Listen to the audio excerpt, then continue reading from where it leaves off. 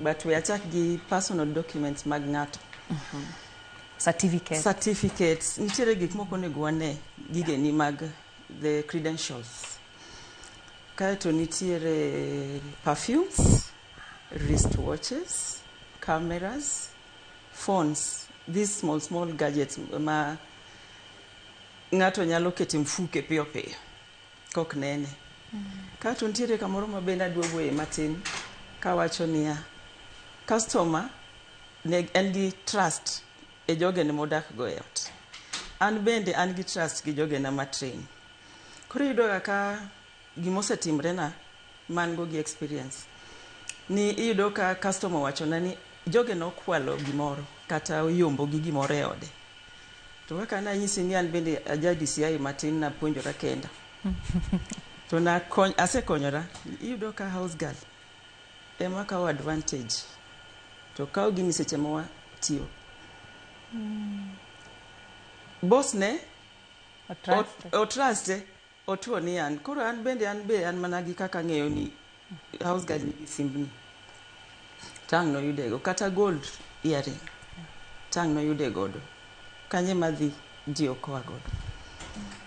Koro tijni en tricky matin. Kok in careful tinyalo chudo. Yeah. Niswa ni to bentie ndalo msechude. Asechudo mang'eny. Seche mionge gi kaka inyalo fwenyo ni okawe, maybe okawe a day before kapok ubiro. Odhi opande ten gimo kinyal track. Ichule. Bentie gmonjo be notio kata migombo ni nyalo timore mondo mi chudo makama kik yudi kasjego to ito gi team ni un innocent. Wasetemo ni seche ma wadonje ot samoro watimo ga wakawo video mar wayawo ka bede ang'o.